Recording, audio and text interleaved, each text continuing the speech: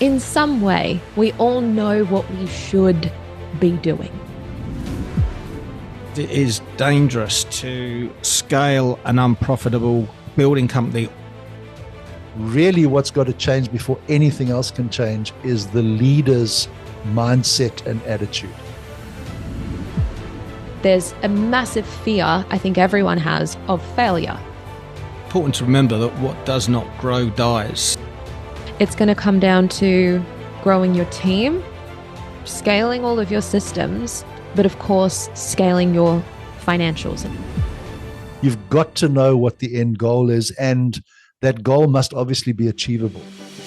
This is Professional Builders Secrets, the #1 podcast to help you grow your building company safely and securely. Brought to you by the Association of Professional Builders. Join us every week as we talk to industry experts and your fellow professional builders on everything you need to know to generate more leads, more sales, and higher margins while improving the building experience for your clients.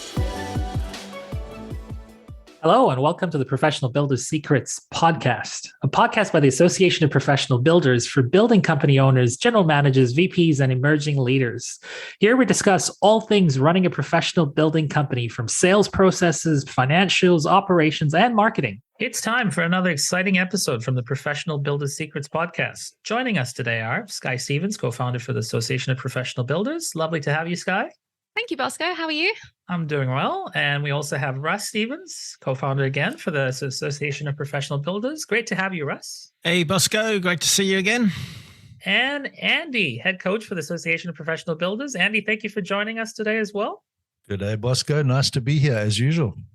Well, it's a new beginning, a new year. And I just wanted to start off with, when is the right time to scale a building company? Yeah, I think that's a great question, because I think typically it's something a lot of people in business tend to look at the beginning of the year and start thinking about, okay, we're gonna scale this year, but there's a few things that have got to be done before you reach that point of thinking about scaling. And this is so important for every business, but especially for residential home builders who are dealing with new construction, and that's simply because they're cash flow positive. So really, in terms of the right time, they've really got to have a few prerequisites in place before they can think about scaling. And number one is understanding their financials, because it is dangerous to scale an unprofitable building company, or a building company that is maybe profitable but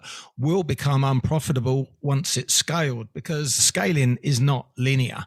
Yeah, there's a few things to take into account. So understanding financials is a prerequisite, as is setting the company up for correct margins, bearing in mind that as the company scales, the fixed expense ratio could change as well. And the fixed expense ratio is the fixed expenses divided by revenue. So that's another thing to keep in mind. You have the margins in place to allow your company to scale and remain profitable. So I think really it's a case of getting those things in place first before you think about scaling. Now, why should builders want to plan for their business to scale in the first place? What are some of those critical impacts to the business? Well, I mean, why wouldn't you want to plan would be my first question, but why wouldn't you want to plan to scale as well? I mean, scaling any company, let alone a building company, growth sucks cash. So if you don't plan to scale, if you scale and it's not planned for, you are going to run out of cash. You're not going to have the systems that can handle it. You're not going to have the infrastructure in your team to handle all this extra business that you're taking on. And this goes for, by the way, maybe you're not trying to grow your revenue. Maybe it's just growing your margins. Maybe it's growing your team and then your revenue. You got to build your infrastructure. You have to plan it, because if you don't, you're literally flying by the seat of your pants, and I think it's just a much less enjoyable journey, because you're so just putting out fires. It's very much a lot more reactive rather than being proactive and knowing exactly where you're going and exactly what you need to work on next. Skye, do you find that builders are sometimes hesitant to grow, or do you notice, is there fear or hesitation sometimes when it comes to planning for the future? Oh, definitely. And it's not the same reservation for every building company owner, I'd say, because some guys have done it. They have scaled and they have grown, but there's an apprehension or fear potentially to go to the next level. On the other side of the coin, you've got guys who just have so much tenacity. They're not afraid at all of doing it. They're quite excited by doing it. But there's a massive fear, I think everyone has, of failure. So there's a fear of what don't I know? What could go wrong? And if it goes wrong, how is that going to look? I think it's important to realize as well that, I mean, there are some people out there that don't want to scale their business, but it's important to remember that what does not grow dies. So yeah, there's a lot of people that think, I just want to stay the same size, but that is a knife edge. You are doing one or the other. You're either growing or retracting. So yeah, if you're not growing, you're actually dying slowly. And literally growing, and we have this conversation all the time with new members and even new private clients. Growing doesn't necessarily have to just mean your revenue. We can be growing our margins. We can be growing our whole audience, but a lot of the time it's revenue or margins or both. But look for growth personally, professionally, in everything you do. What could possibly go wrong? I guess it's my favorite question to ask. What could possibly go wrong? Everything would be my simple answer to you. I think Russ and Sky have touched on the fundamentals already. I think the word that I'm going to jump in on that Sky used is planning and proactivity. If you do this without doing those, you could get yourself into all kinds of trouble.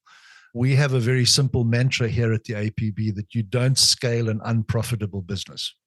So Russ has already touched on the fact that that's important. But I think in all of the things we've discussed so far, scale by definition is the conglomeration of all of those things. In other words, if you're going to scale your business, you are going to end up with more revenue. You are going to end up with more people. You are going to end up with more profit. And therefore, you need to make sure that all of those things are ready to go before you push the go button. The worst thing you can do is to have one of them in place and think it's time to jump, and then make that jump and find that you don't have the infrastructure in place to not only support that initial growth, but the real thing in terms of planning it is to make sure that it's sustainable. Because the last thing you want to do is to commit to people and maybe technology and possibly even equipment, and then find that 6 months down the road, you actually can't sustain that growth to the next level. I think in terms of what can go wrong as well, one of the things that is always underestimated is what we call owner's influence.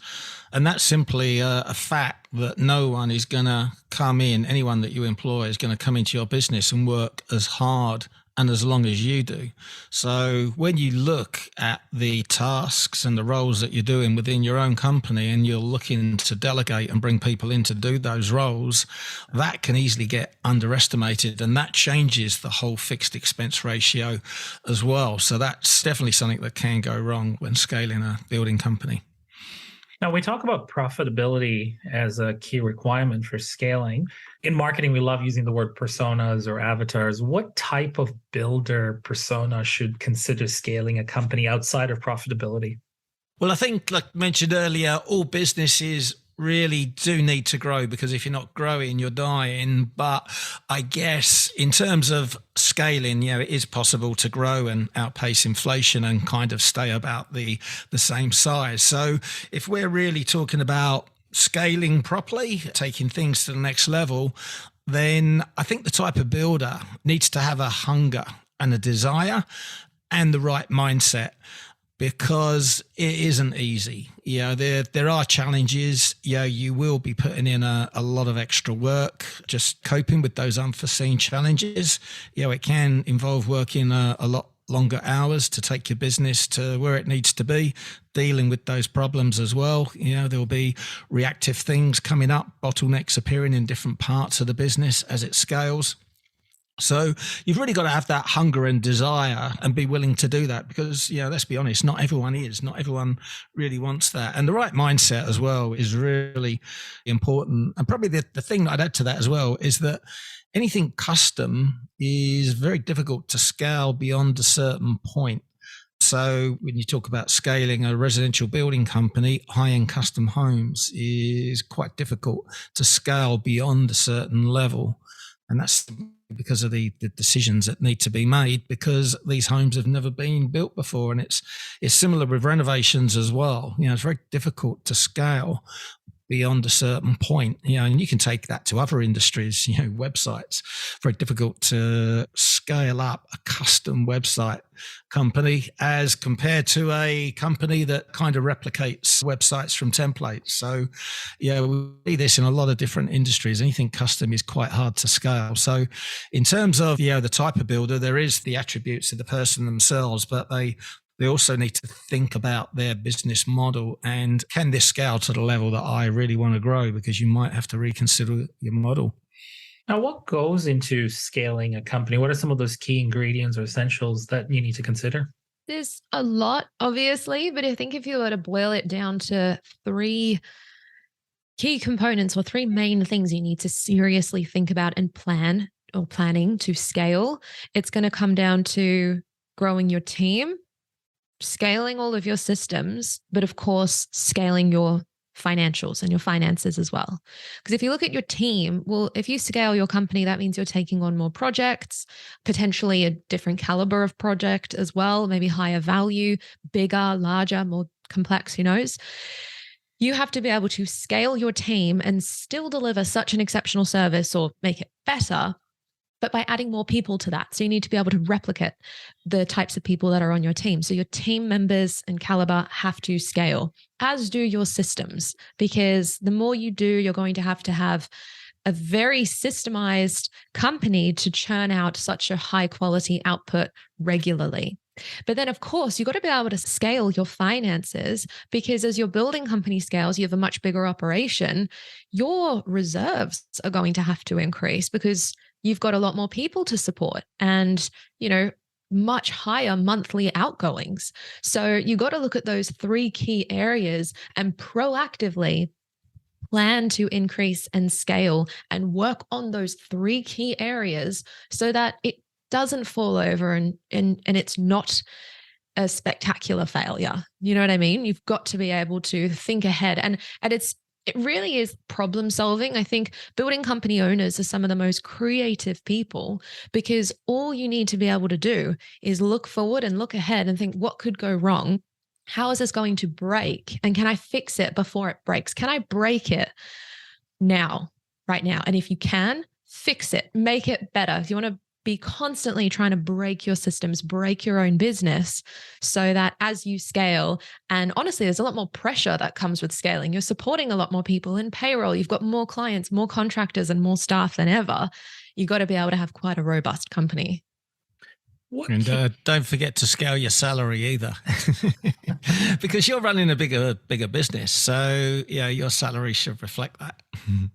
What key metrics should you review when it comes to scaling? We talked a little bit about financial awareness and profitability, but what are some of the metrics that you look at close attention to when working with builders?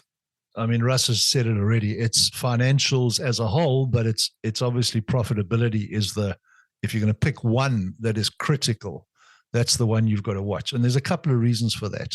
Number one, all of your financial reports are a window and a reflection of everything that is happening in your business.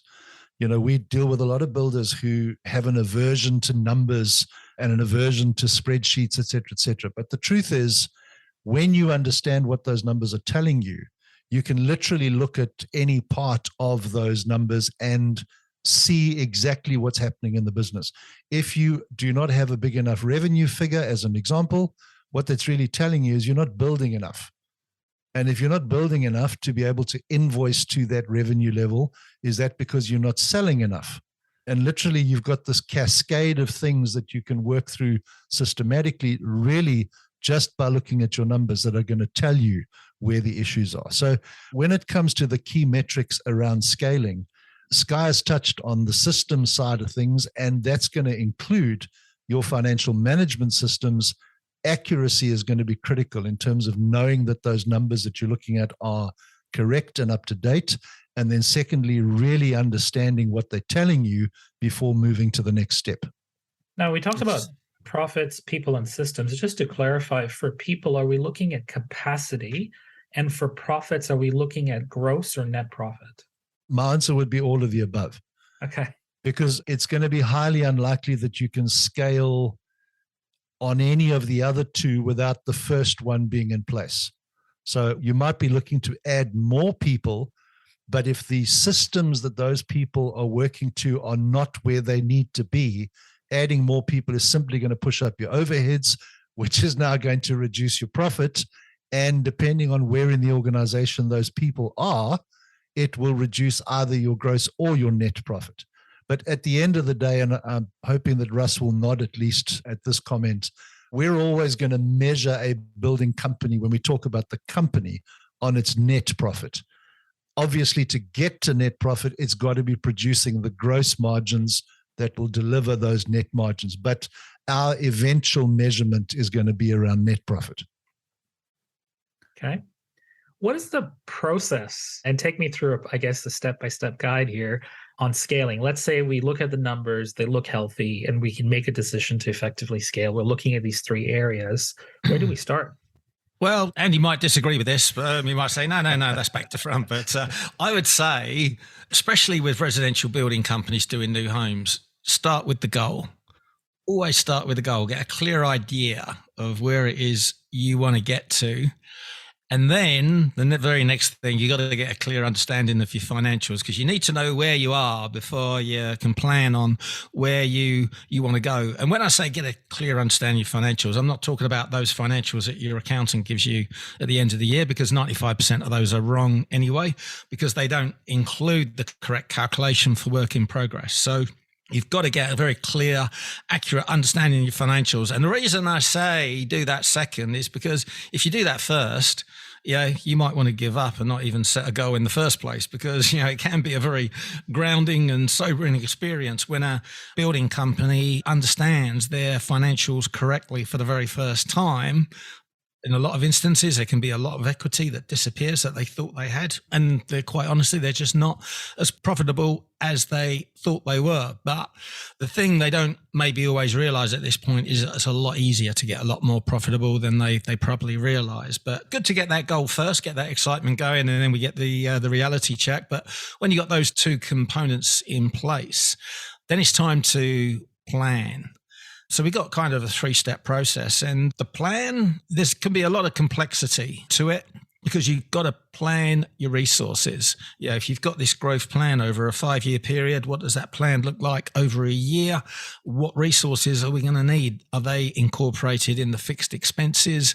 What targets have we got to hit in terms of its sales? Not just sales revenue, but what we need to be generating sales. That's what the plan will include. And what margins do we need to make this work? And what margins are we ultimately going to get to? Where are we at the moment? And what can we realistically get to in the next 12 months? In terms of cash flow for a company doing new construction, cash flow will generally take care of itself because it's cash flow positive. But if you're doing renovations, then you've got to grow within your cash constraints as well. So that's another important factor to think about. No argument at all. I mean, it's straight out the playbook. And I think that the piece there that I'm going to reinforce is exactly where Russ said you need to start. Where are you trying to get to and why? If that piece isn't in place to start with, then there's no point really in doing any of the other stuff. You've got to know what the end goal is, and that goal must obviously be achievable. It must be relevant to what's going on in the market at the time, et cetera, et cetera. You can't just suck something out of the sky and decide that's my goal. It's going to take a lot of planning. And where I'll reinforce what Russ said 100%, once you get into this process, there are a lot of moving parts, because essentially what you've got is this spiral method of planning that takes you through, that's where I want to end up, I'm going to do this. When I do that, it has a ripple effect into 3 other things. How do I deal with those 3 things?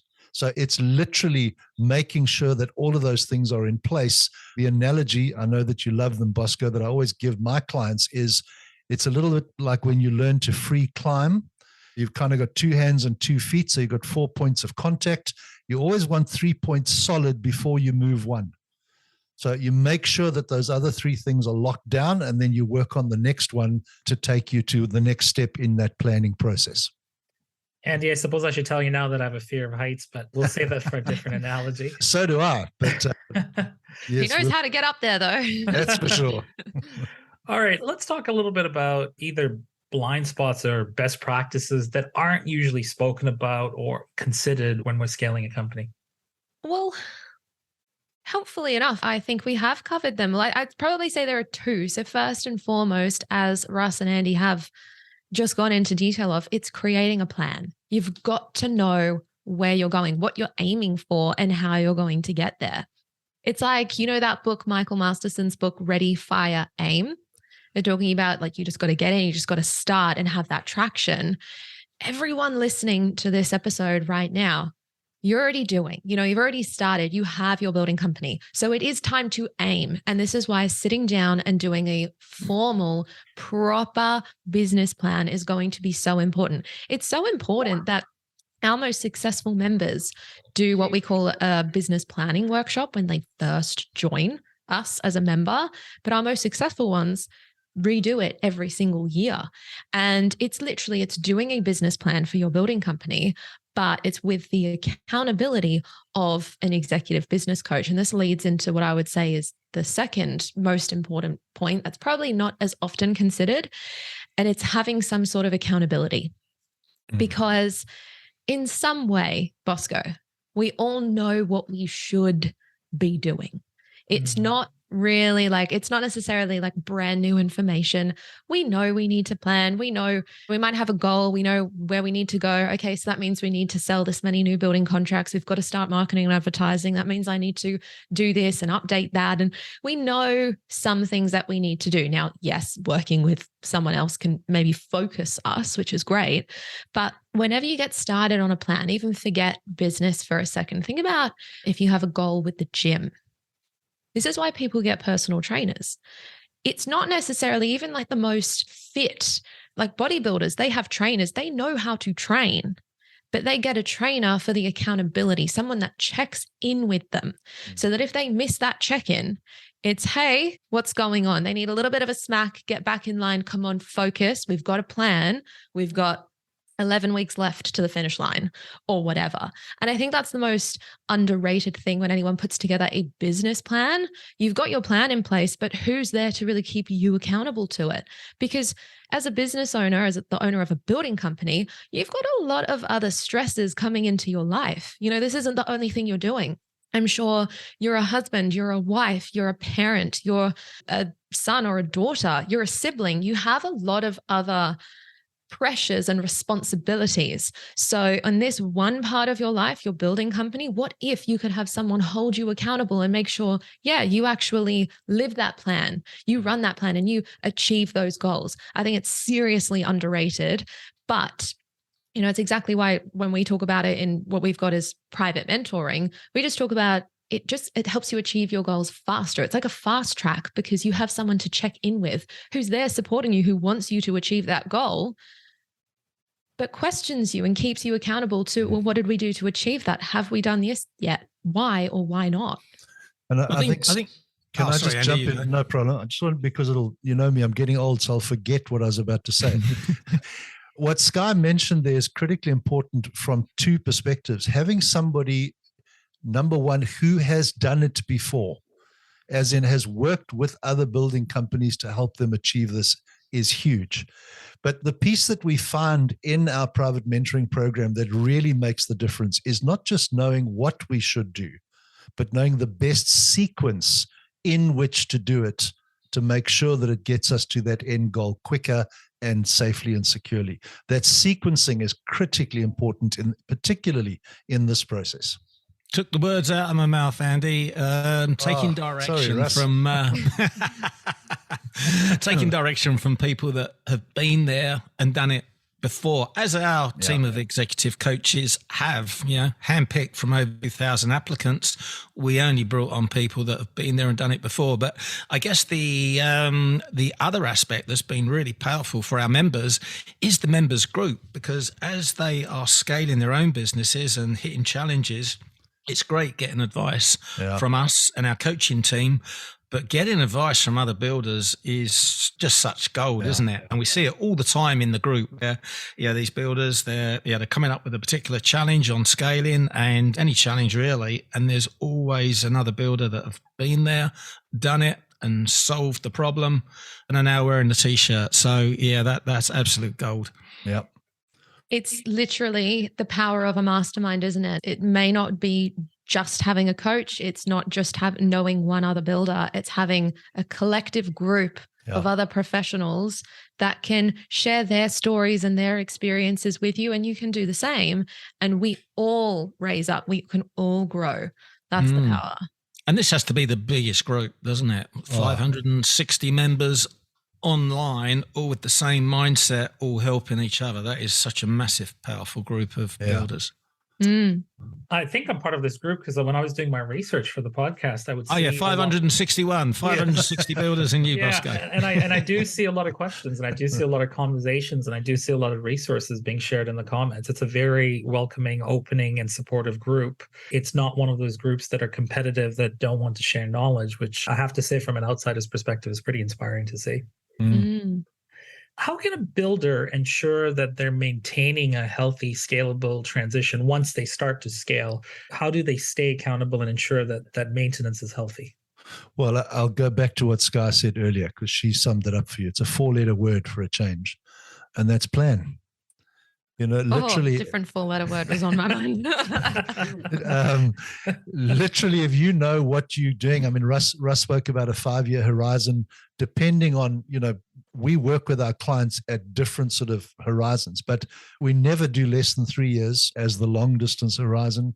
We always bring that back to what do we need to be doing in the next year in order to get us there. And then we bring that back to what should we be doing now. But we're really, with this thing, when you talk about scaling, you're into the realm of strategic stuff. This is not tactical. This is really that big picture thinking. It's that important to us that we take a bunch of people away every year to a remote location in order to make sure that they can distance themselves from the tactical stuff, get out of the weeds, and really let their minds go in terms of where they want their business to end up. The thing that springs to mind when I think about the people that have done this well is they have been able to use experience and convert that into expertise. Now, here's the best analogy I can give you.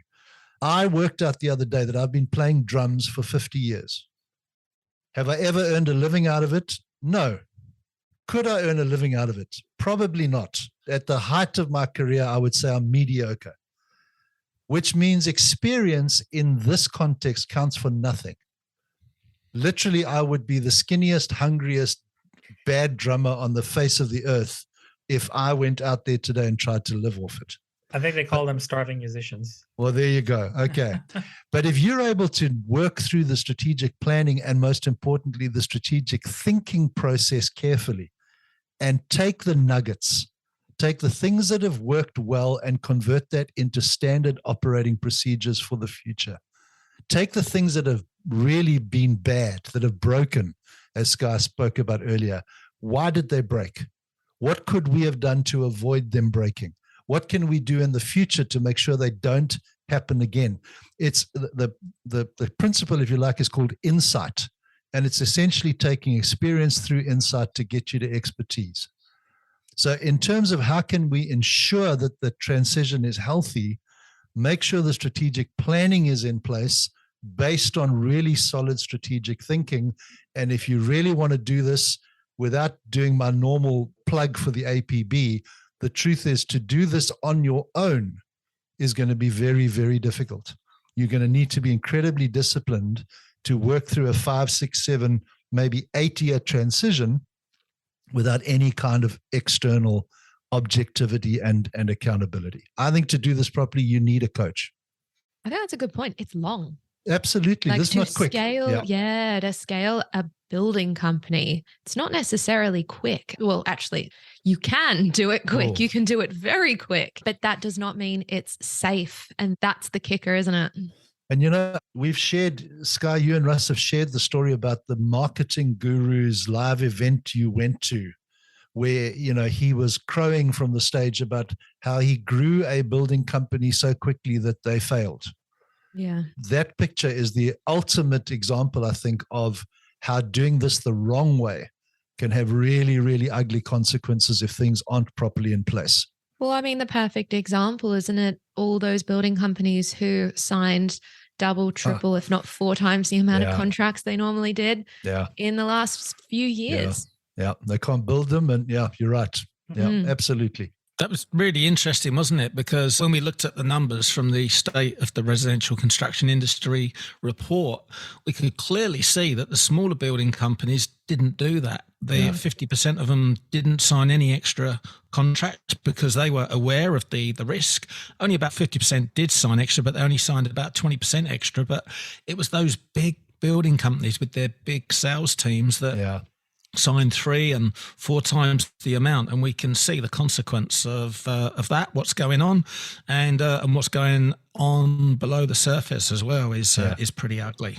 And I think this is why some people can fear scaling, because if you see, you can see people scale so quickly. If somebody that big can fall over with their amount of resources and their size team, what chance do I have? Well.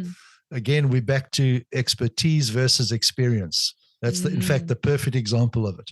I'm going to ask a question for the apprehensive builders or the skeptical builders. With the current times, would you get a lot of resistance from building companies to scale at this time? Oh, look, there are some, and you can't blame them, really, can you? You can't blame builders for being a little cautious and maybe even skeptical. But I think when you use the word skeptical, that these probably applies more to the guys that do not fully understand their numbers, because there's no skepticism from the guys that understand their numbers and have got a clear plan, a clear idea where they're going. That kind of doesn't come into it because they know they're just executing a plan. So skepticism does come from people that have maybe not got to this stage, this level where they understand their true numbers and have a plan on where they want to go. I always remember back in the 90s, I think it was, when I had a distribution company and expanded that. And with a distribution company, that's quite a risk growing that, because you're confined to like a warehouse size. So to go and move into something 5 times bigger each time you grow, you're putting everything on the line. I remember someone saying to me, this was back in the early 90s, he looked at me just after we'd moved into the new warehouse and he said, only a madman would expand in a recession. I was talking to my wife last night, only a madman would do it. He must be talking about me.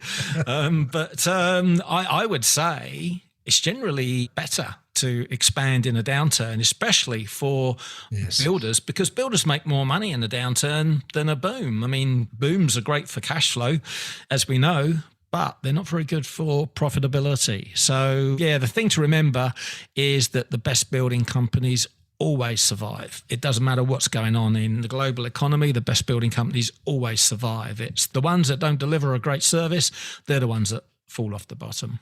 Yeah. I think we must go back, Bosco, just on this to amplify to what we've said for the last, 35 minutes. There's a bunch of things involved in scaling. There's systems. There's profitability. It doesn't matter whether we're in a recession. If you're going to improve the quality of what your building company is delivering, you're already working on being ready to scale when things turn. So there's no reason to not put in the work that would be required to scale, even if you choose not to at the moment. Because simply by improving your teams, improving your systems, making yourself more profitable, you may end up in a place where you decide, well, I don't need to scale. I'm very happy with where things are now, but I can scale if I choose to. So my comment on this would be, there's always something you can be doing in the now in order to improve the situation. For sure. And think about it as well. I think we've glazed over this quite quickly, but when you talk about scaling your systems, it's not all just like your company manual and how you handle a phone call and systems like that. We're talking about your marketing systems, even your construction slots, what you're planning on filling the next year and what your lead times are. All of those systems need to be thought about as well, because especially when we're talking about trying to scale in a bad economy, Yeah. if you only advertise when you need leads, it's too late. So this is why it's all about planning. When do you want to scale? And when are you planning on cleaning up? Because you'd be doing it well in advance and you'd be preparing your systems for that day. Yeah. I mean, I had a coaching session with a New Zealand client today who we were talking about the recession and the economic times, et cetera, et cetera. And he told me about a new client that he'd got in the last 10 days. And I said, well, how are they going to fund this? And he said, well, they've been farmers for the last 30 years. They just sold their farm for 15 million. They're funding it themselves. So even though there are economic pressures on other people out there, there are still people around that have their own way of doing things. And we're back to what we always talk about. If you're marketing correctly to the correct avatar, you're taking them through a professional sales process, you are then watching your construction costs and schedule as you build. Even in a recession, you can run a very profitable building company. But it's mindset, isn't it? Because if you believe you can't, no one is building. No one's going to build a custom home. Oh, especially not the big ones right now. Well, no one is. Yeah. But there are always people there. There are always, and you just need to make sure you are the one designing and building that home for them. I think Henry Ford said, if you think you can or you think you can't, you're right. And it's interesting because if you think about the last recession too, you had some of the most amazing companies that came out of it, Airbnb and Uber. It's usually during those times when innovation hits its peak. Have you heard about Swimly? No, I haven't yet. Okay. Swimly is the newest one. You can now go and swim in your neighbor's pool. Ooh. So there you go. There's another one out of the recession.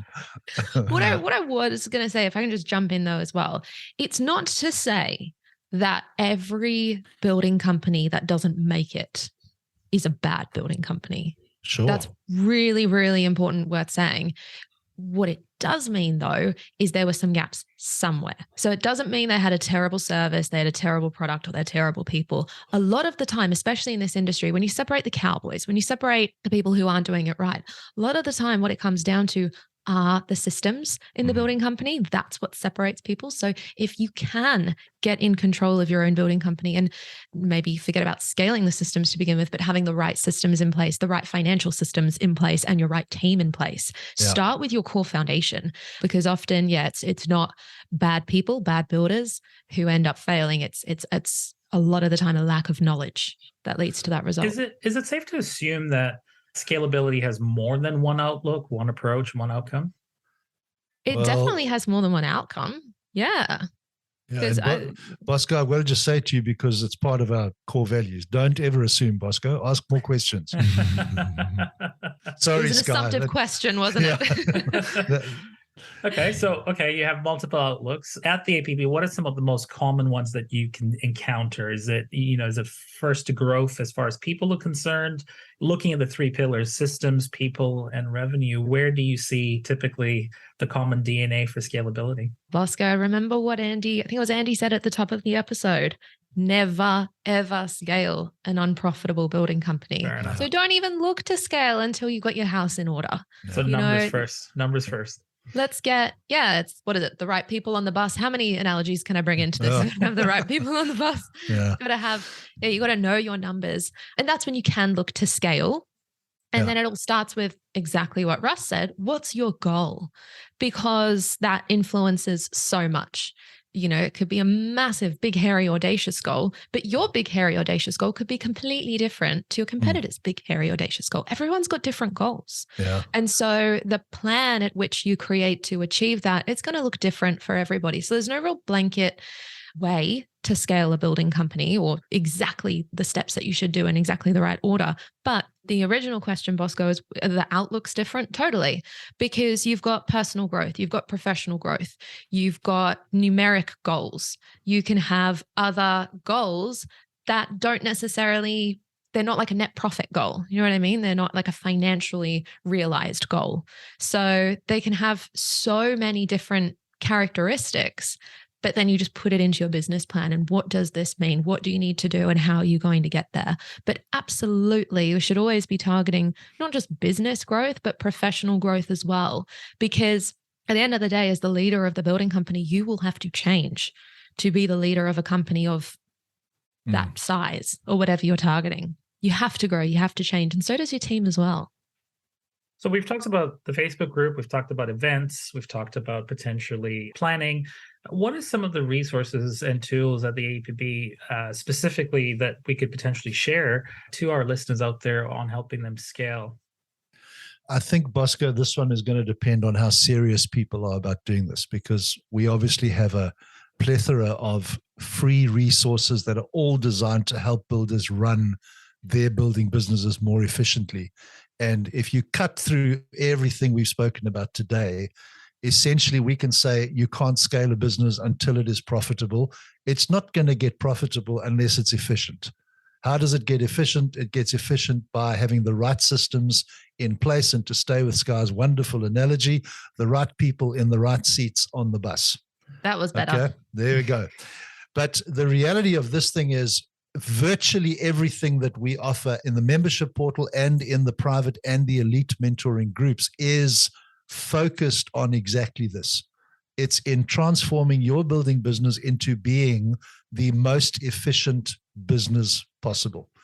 So what kind of resources? Everything you can think of. And in terms of this discussion today, really what's got to change before anything else can change is the leader's mindset and attitude.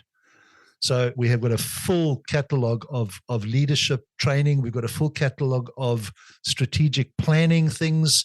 We literally take a building business apart into its 6 primary disciplines. In every one of those disciplines, we've got templates, checklists, training.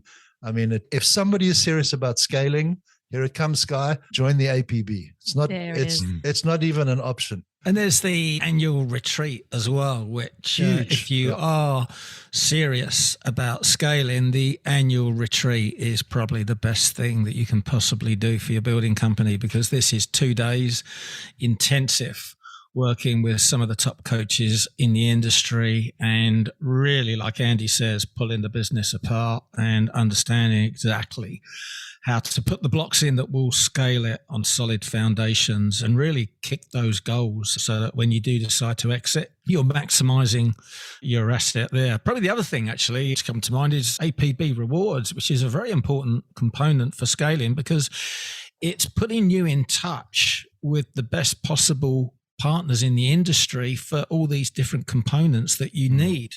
Sky was talking about scaling your systems. Well, how do you do that? You've got to bring in some of the best systems and the best people to work with you as you scale. So when you take your building company to the next level and you need an even better website, you want to start delving into search engine optimization to make the most of these organic leads on top of all the referrals and paid leads you're getting. Who do you go to? We've got the partners lined up for you. Obviously, as you get bigger, you're going to need a construction lawyer in your court, not reactively for a dispute, but proactively to make sure your contracts are as watertight as they can possibly be. So I think rewards is a very important component of the resources we offer for guys that are serious about scaling up.